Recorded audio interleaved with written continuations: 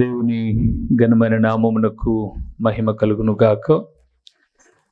మన ప్రభువును రక్షకుడునునైన యేసుక్రీస్తుల వారి యొక్క ప్రశస్తమైన నామమునకే మహిమ ఘనత ప్రభావములు యుగ యుగములకు కలుగును గాక. సర్వాధికారి అయిన దేవుడు ఆయన గొప్ప కనికరమును బట్టి మరొక సందేశమును సందర్భానుసారంగా మనతో మాట్లాడుటకు ప్రభు ఇచ్చిన ఈ గొప్ప ధన్యత కొరకు దేవాది దేవునికి మనము ఎంతగానో స్తుతులు చెల్లించబద్దులమై ఉన్నాము. ఈ సమయంలో మనం ధ్యానం చేయబోతున్న అంశభాగము ఏమిటి అనగా, సంపూర్ణులైన విశ్వాసులు ఎలా ఉండాలి. సంపూర్ణత, ఏదన్నా ఒక పని పెట్టుకున్నప్పుడు పనులన్నీ అయిపోతేనే సంపూర్ణమైనట్లు. ఇంకా కొంచెం ఏదన్నా పెండింగ్ ఉందనుకుందాం, ఇంకా పని కొంచెం ఉందిలే కొదవా అని అంటారు. చదవాల్సినంత చదివితే సంపూర్ణత. మధ్యలో ఆగిపోయారనుకోండి, అది ఆ విద్యకు విలువ లేదు.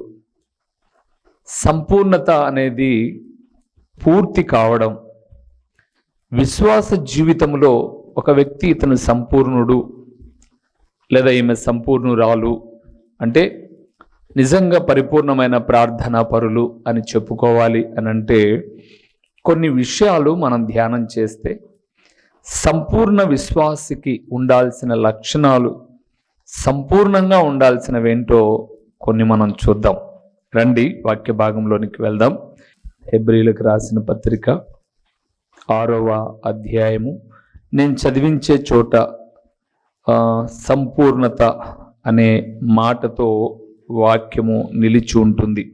6వ అధ్యాయము హెబ్రీలకు రాసిన పత్రిక మొదటి 2 వచనాలు చదువుకుందాం. మొదటి 2 వచనాలు చదువుదాం. కాబట్టి నిర్జీవ క్రియలను విడచి మారు మనస్సు పొందుటయు దేవుని యందలి విశ్వాసమును బాప్తిస్మములను గూర్చిన బోధయు హస్త నిక్షేపణమును మృతుల పునరుద్ధానమును నిత్యమైన తీర్పును అను పునాది మరలా వేయక క్రీస్తును గూర్చిన మూలోపదేశము మాని సంపూర్ణుల మగుటకు సాగిపోదుము. చాలా విషయాలు ఉన్నాయి అక్కడ. సంపూర్ణులకు ఉండాల్సిన లేదా ఎలా ఉండాలో ఆ మాటను మీకు జ్ఞాపకం చేస్తాను. చాలా ఉన్నాయి. ప్రాముఖ్యంగా నిర్జీవ క్రియలను విడిచి సాగిపోవడమే సంపూర్ణ విశ్వాసి యొక్క లక్షణం. ఏ క్రియలు? నిర్జీవ క్రియలు. నిర్జీవ క్రియలు అంటే స్థిరము కానివి అని అర్థం. అందుకే అక్కడ మీరు ఒక మాటను మీరు చూస్తే 2వ వచనములో బ్యాప్టిజములు, విశ్వాసము, బోధ, హస్త నిక్షేపణ, మృతుల పునరుత్థానము, నిత్యమైన తీర్పు అనేది స్థిరమైన లేదా పునాది వేయక క్రీస్తును గూర్చిన మూలోపదేశము మాని. అంటే క్రీస్తు ఉపదేశం ఏంటి? విశ్వాసము, బ్యాప్టిజము, బోధ, మృతుల పునరుత్థానము, నిత్యమైన తీర్పు.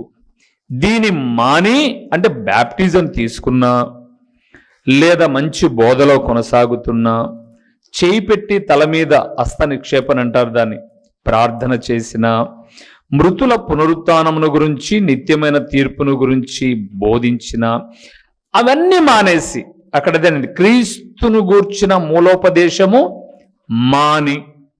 అంటే ఇవన్నీ ఉపదేశాలు. ఇవి మాని దేని ముందు పెట్టుకుంటారట? నిర్జీవ క్రియలను. ప్రభునందు ప్రియులారా, బ్యాప్టిజం తీసుకున్నా, క్రమంగా ప్రభు బలలో వెళ్తున్నా, దేవుని వాక్యాన్ని జాగ్రత్తగా వింటున్నా, మందిరానికి వస్తున్నా, చక్కగా దేవుని స్తుతిస్తున్న, ఆచారాలు మాత్రం పక్కన పెట్టరు. క్రైస్తవులు చూడండి, చిన్న ఉదాహరణ చెప్తా. భర్త చనిపోయాడు 3 రోజులో 5 రోజులో సంవత్సరమో ఎప్పుడో సరే ఏదో రోజు జ్ఞాపకార్థ కూడిక అని పెట్టుకున్నాం. భర్త ఆల్రెడీ ఎందుకు చచ్చిపోయాడు అని అంటే తాగి ఊపిరి తిరగక లేకపోతే దిక్కు తెలియక ఈ మత్తులో చచ్చిపోయాడు అనుకుందాం. అనుకోవడం ఏంటి, చాలామంది అట్లా పోతున్నారు. ఇప్పుడు 3వ రోజో 11వ రోజో దినం, వాడు దినం చేసేటప్పుడు మంచిగా హ్యాపీగా తిని వచ్చిన 10 మందికి అయ్యా మేము చచ్చిపోయినప్పుడు మా ఆయన చనిపోయినప్పుడు మీరంతా వచ్చి మమ్మల్ని ఆదరించారు, ఆ రోజు మేము వండి పెట్టలేకపోయాం, మీరంతా పస్తే వెళ్ళిపోయారు ఆ భూస్థాపన అయిపోగానే, ఈరోజు మమ్మల్ని ఆదరించడానికి వచ్చారు కాబట్టి ఏదో మంచి భోజనం పెడుతున్నాం తినిపోండి ఇచ్చుడురు. వాడు ఆల్రెడీ తాగి చచ్చిపెట్టి మళ్ళీ మనకి సారే పంపిస్తారు అటుకి సమాధి కాటికి. మళ్ళా అటుకి సమాధి కాటికి పంపించి అప్పటికి ఒకవేళ సమాధి కట్టుకోకుంటే తలకాడ బొక్క పెడతాంటారు. ఎందుకు? నూనె పోయినకి. అంటే ఇప్పుడు వాడు ఆల్రెడీ తాగి తాగి తాగి తాగి అవయవాలు పాడైచేస్తే చచ్చినోనికి కూడా ఏం పోస్తున్నారు ఇప్పుడు మళ్ళా.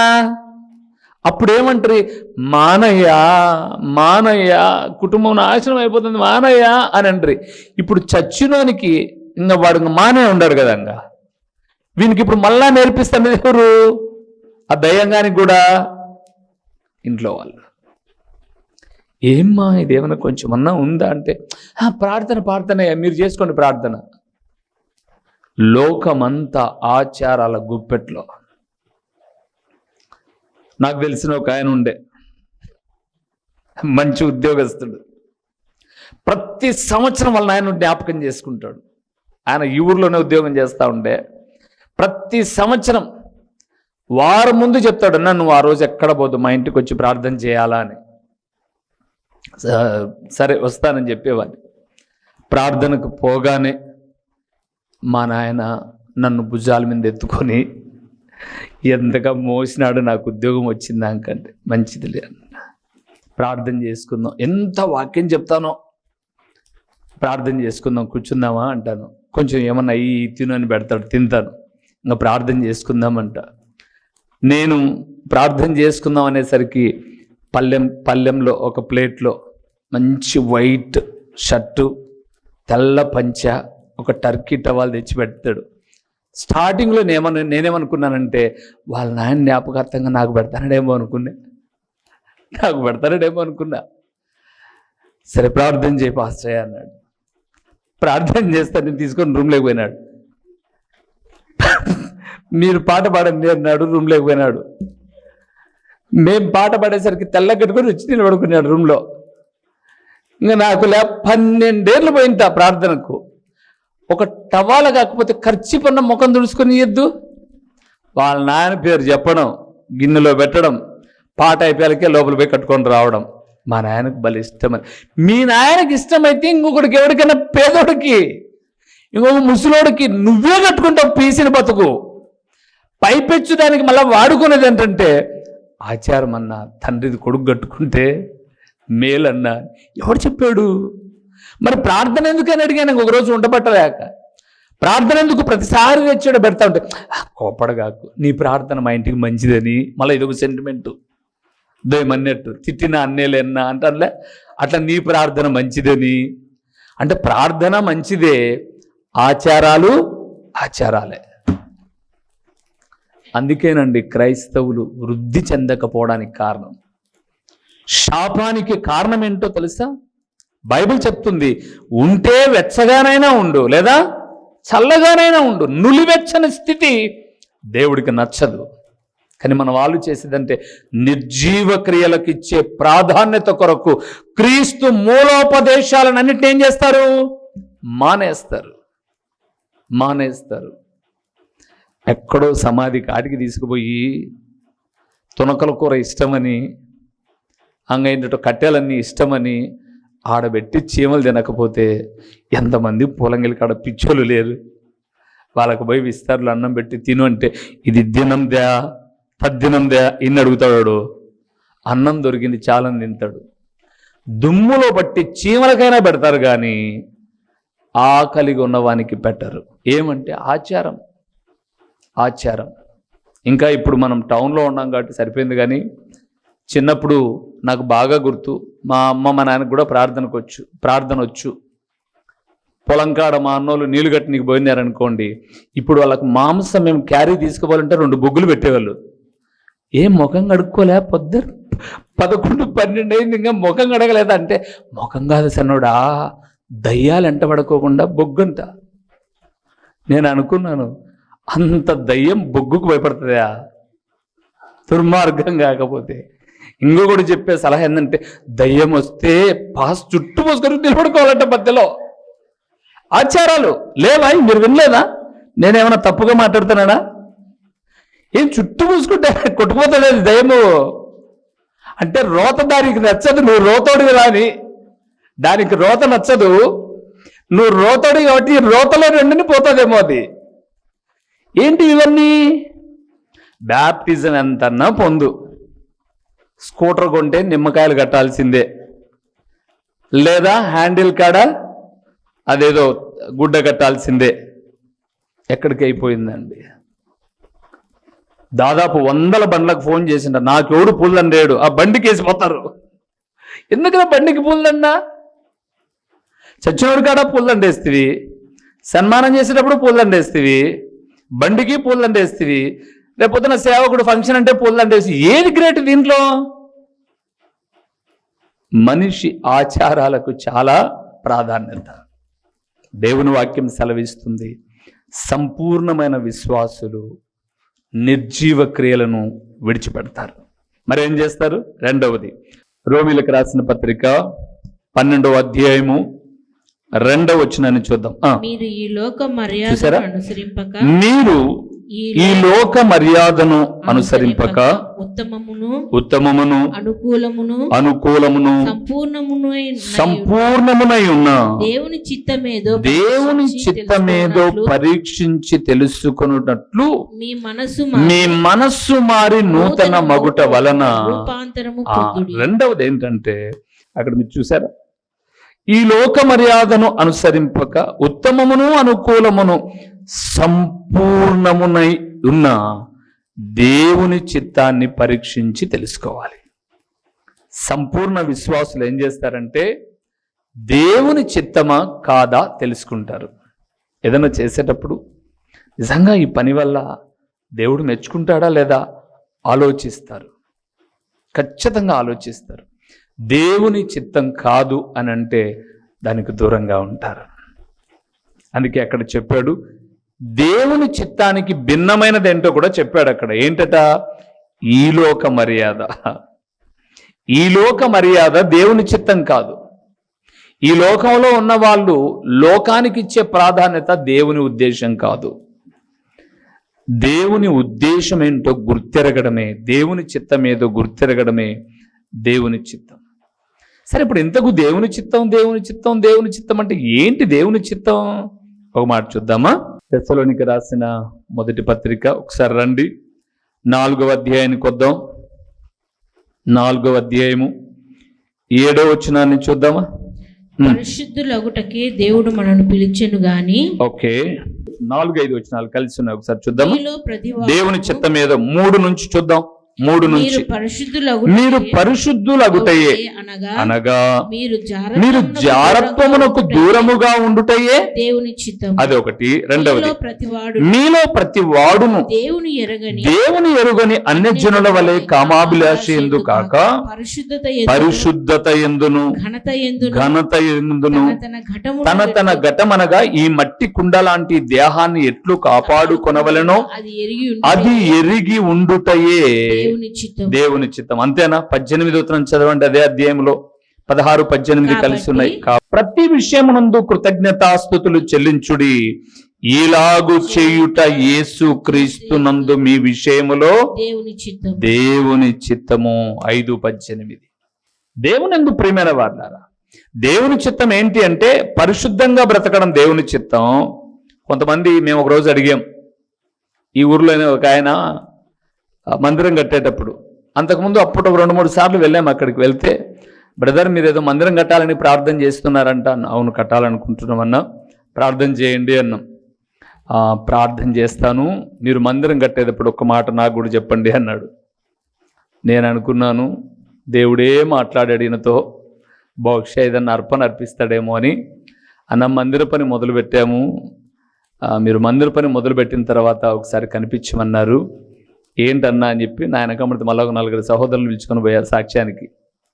ప్రార్థన చేస్తా బ్రదర్, దేవుని చిత్తం ఏది బయలుపడితే అది తప్పకుండా ఫోన్ చేసి పిలుస్తా అన్నాడు.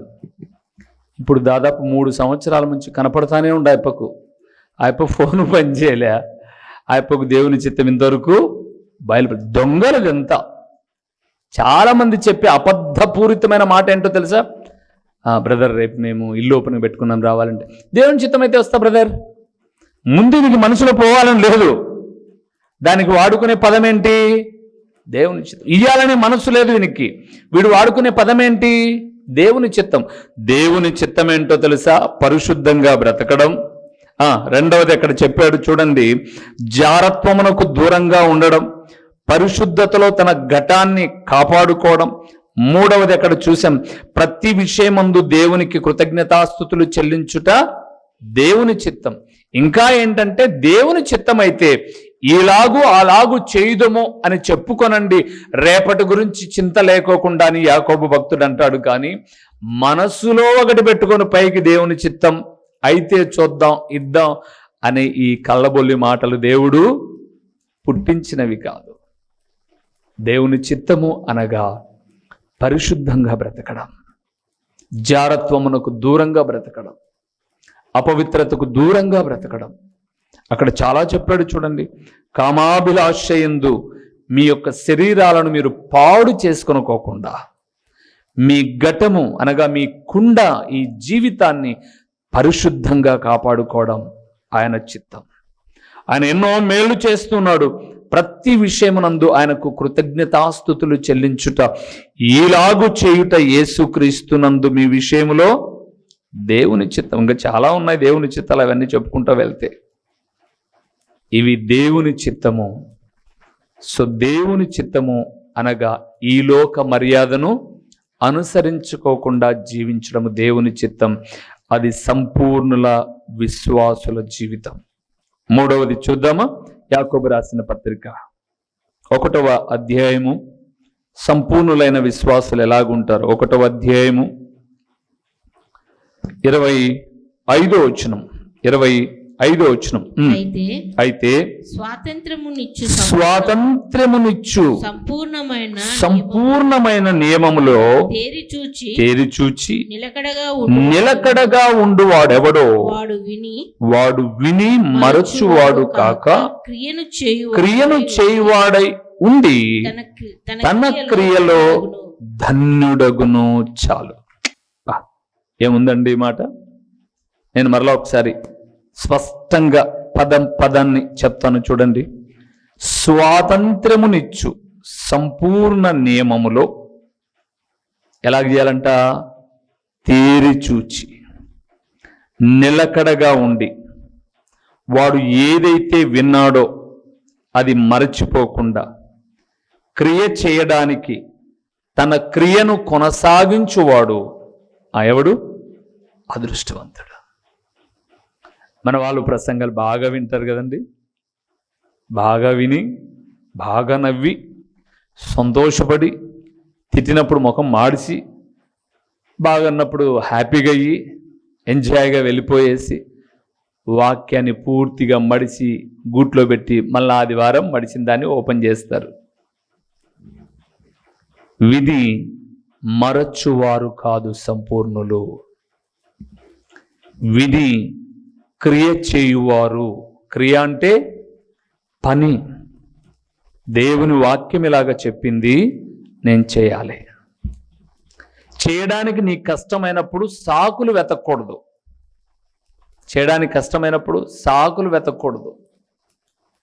చేయడానికి పూనుకోవడమే ధన్యత. మనకు అవసరమైతే, మనకు ఉపయోగమైతే తీసుకొని, మనకు కష్టమైతే తృణీకరించడం కాదు క్రియ. అందుకే చాలా బాగా మీరు చదవండి. అయితే స్వాతంత్రమునిచ్చు అన్నాడు. ఇవ్వడానికైనా చేయడానికైనా దేనికైనా నీకేముంది? స్వాతంత్రం ఉంది. నిన్నెవడు బలవంత పెట్టడు. నీకు స్వాతంత్రం ఉంది, నిన్నెవ్వరు బలవంత పెట్టరు. అయితే సంపూర్ణ నియమములో తేరి చూడు. నీ స్వాతంత్రాన్ని ఉపయోగించుకోకముందు ఇది వాక్యము యొక్క కట్టడన కాదా అని తేరి చూడు. చూచిన తర్వాత ఎలాగుండాలి? ఏమర్రా బైబిల్ చూస్తున్నారా లేదా? ఎలాగుండాలి? నిలకడగా. అప్పుడప్పుడు కాదు, నిలకడగా అంటే ఎప్పుడు అని. నిలకడగా ఉండి వాడు వినిన దాన్ని మరచువాడు కాక క్రియను చేయువాడై ఉండి తన క్రియలో ధన్యుడగును. ఎన్ని ఉన్నాయండి? విడగొట్టాం మనం. మనకు స్వాతంత్రం ఉంది, సంపూర్ణ నియమంలో స్వాతంత్రం ఉంది కదా అని కళ్ళు మూసుకోకూడదు, తేరి చూడాలి. మూడవది, ఏదైతే విన్నామో అది మర్చిపోకూడదు. నాలుగవది, క్రియ చేయడము నేర్చుకోవాలి. ఇన్ని చేస్తే సంపూర్ణతలోనికి వస్తాం. అప్పుడు దేవుడు అంటున్న మాట ఏంటంటే, నిర్జీవ క్రియలను విడవడం సంపూర్ణత, దేవుని చిత్తమును పరీక్షించి తెలుసుకొనుట సంపూర్ణత, విని మరచువారు కాక క్రియ చేయుట సంపూర్ణత. ఉన్నామా? మనము సంపూర్ణతలో కొనసాగుతూ ఉన్నామా? సంపూర్ణత అనేది ఒకసారిగానే రాదు, అది స్టెప్ బై స్టెప్ వచ్చేది. చిన్న ఉదాహరణ, ఈ కట్టడము ఒక రాత్రి నుంచి ప్రొద్దనికి పూర్తయింది కాదు. అది స్టెప్ బై స్టెప్ అయిన తర్వాత, దానికి సమకూడవలసినవన్నీ సమకూడిన తర్వాత ఒక సంపూర్ణతలోనికి వచ్చింది.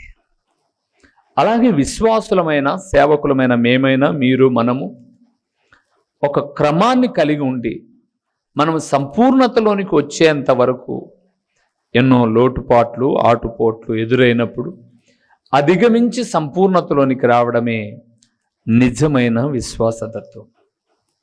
ఇది నా వల్ల ఆడవుతుందిలే, నా వల్ల కాదులే, అబ్బా ఇక్కడ దాకా అయ్యిందిలే అని ఆగిపోయాం అనుకోండి, 10 మందిలో ఏమవుతాం? నవ్వుల పాలవుతాం. విశ్వాస జీవితంలో కూడా 10 మంది మనల్ని చూస్తూ ఉన్నప్పుడు మనలో క్రియలు కనపడకపోతే ఖచ్చితంగా మనల్ని చూసి ఏం చేస్తారు? బాహాటంగా కాకపోయినా ఎక్కడో ఒక చోట మాట్లాడుకొని ఏం చేస్తారు? నవ్వుతారు. వీళ్ళకన్నా మేము బెస్ట్, వీళ్ళకన్నా మేము బెటర్, వాళ్ళకన్నా మేము బెటర్ అని చెప్పుకుంటారు. అందుకే సంపూర్ణతలోనికి రావాలి అంటే ఈ క్రమాన్ని మనము పాటిస్తూ రావాలి. మరొక మాటను కూడా చూద్దామా? సంపూర్ణత అంటే ఏంటో. తిమోతికి రాసిన మొదటి పత్రిక 2వ అధ్యాయము. ఇది మనం బైబిల్ తీయకుండానే చెప్పచ్చు, అఫ్ కోర్స్ తీసి చదవండి. మొదటి 2 వచనాలు చదువుదాం. తిమోతికి రాసిన మొదటి పత్రిక 2వ అధ్యాయము 1-2 వచనం. మనము సంపూర్ణ భక్తియు మాన్యతయు కలిగి నెమ్మదిగాను సుఖముగాను బ్రతుకు నిమిత్తము అన్నిటికంటే ముఖ్యముగా మనుషులందరి కొరకును రాజుల కొరకును అధికారులందరి కొరకును విజ్ఞాపనలను ప్రార్థనలను యాచనలను కృతజ్ఞతాస్తుతులు చేయవలనని హెచ్చరిస్తూ మొట్టమొదటి లైన్లోనే చూసాం. సంపూర్ణ భక్తికి సరైన నిర్వచనము ఏమిటి అనగా, లోకములో అధికారులు, మనుషులు, చుట్టుపక్కల ఉన్న సమాజం అందరి కొరకు విజ్ఞాపనం చేయుట. మనకు కొంతమంది మీద కోపం వస్తుంది. కోపం వచ్చిందని శిక్షించు ప్రభువా అనడం వేరు, విజ్ఞాపనలో నీ చేతికి అప్పగిస్తున్నాం, నా శక్తి చాలదనడం వేరు. శిక్షించు అనేది మన కక్షను చూపించడం, నాయనా నీ చేతులకు అప్పగిస్తున్నాను, వారిని కూడా రక్షించు, వారి మనసు కూడా మార్చు అని ప్రార్థించడం నీ వ్యక్తిత్వంలోని గొప్పతనం. ఈ రెండిట్లో మనం ఏం చేస్తాం? ఈ రెండిట్లో శిక్షించమంటామా క్షమించమంటామా? నరుకు ప్రభు అని ఇప్పుడే ముక్కలు ముక్కలు కావాలాడు. ప్రభువా, మా చర్చి మీదకి వచ్చింటే వేరే వాళ్ళ మీద బ్రాళ్ళు వేసినారంటే, వేసింది ఇప్ప మీద వేసింటే బాగుండు కదూ. మనం ఎంత బాగా విజ్ఞాపన చేస్తాం కదండి. కానీ బైబిల్ గ్రంథం సెలవిస్తుంది ప్రియులారా, అక్కడ చాలా చక్కగా అన్నిటికంటే ముఖ్యంగా మనం సుఖంగా బతకాలంటే మనం చేయాల్సింది విజ్ఞాపన. అది ప్రారంభంలోనే చెప్పాడు చూడండి, రాజుల కొరకును అధికారుల కొరకును విజ్ఞాపనలను, ప్రార్థనలను, యాచనలను, కృతజ్ఞతాస్తుతులు చేయవలెనని హెచ్చరించుచున్నాను.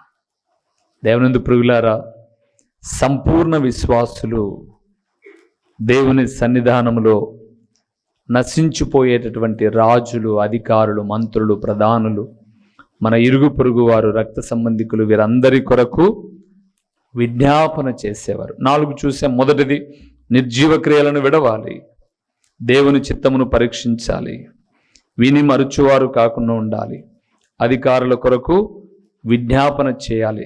5వది, మనము దేవుని ఎడల భయభక్తులు కలిగి అప్పుడప్పుడు ఏంటి, ప్రతిరోజు పనికి వెళ్ళినా వెళ్ళకపోయినా, ఇంట్లో మీరు పని చేసుకుంటూ ఉన్నా, పాఠశాలకు వెళ్ళినా, కాలేజీకి వెళ్ళినా, ఇంట్లో ఊరక కూర్చొని అన్నం తిన్నా, మంచం మీద ప్రశాంతంగా నిద్రపోయినా, లేచిన తర్వాత మీ బట్టలు మడతపడ్డాయనో మరకలయ్యాయనో తప్పనిసరిగా మీరేం చేస్తారు, మరకలను ఉతుక్కొని మార్చుకుంటారు వస్త్రాన్ని.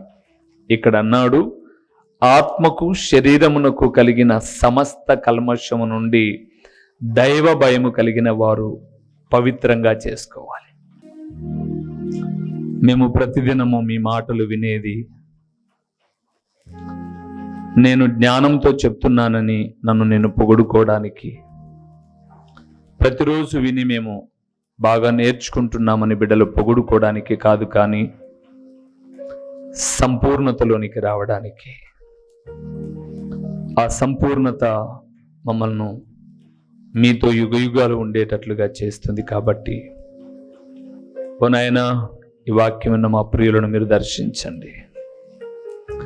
నేను నమ్ముకున్న తర్వాత ఇంకా ఆచారాల వైపు వెళ్ళకోకుండా నిన్ను ఆరాధించే మేము విన్న వాక్యాన్ని క్రియరూపములోనికి తీసుకురావడానికి మరిచిపోయే వారంగా కాకుండా, నిర్జీవ క్రియలను వెంబడించే వారము కాకుండా, అధికారుల కొరకు నశించిపోతున్న మా ప్రియుల కొరకు విజ్ఞాపన చేస్తూ, దైవ భయముతో ఆత్మకు కలిగిన కల్మషమును, శరీరమునకు కలిగిన కల్మషమును పవిత్రపరుచుకున్నట్లు మీరు సహాయం చేయండి.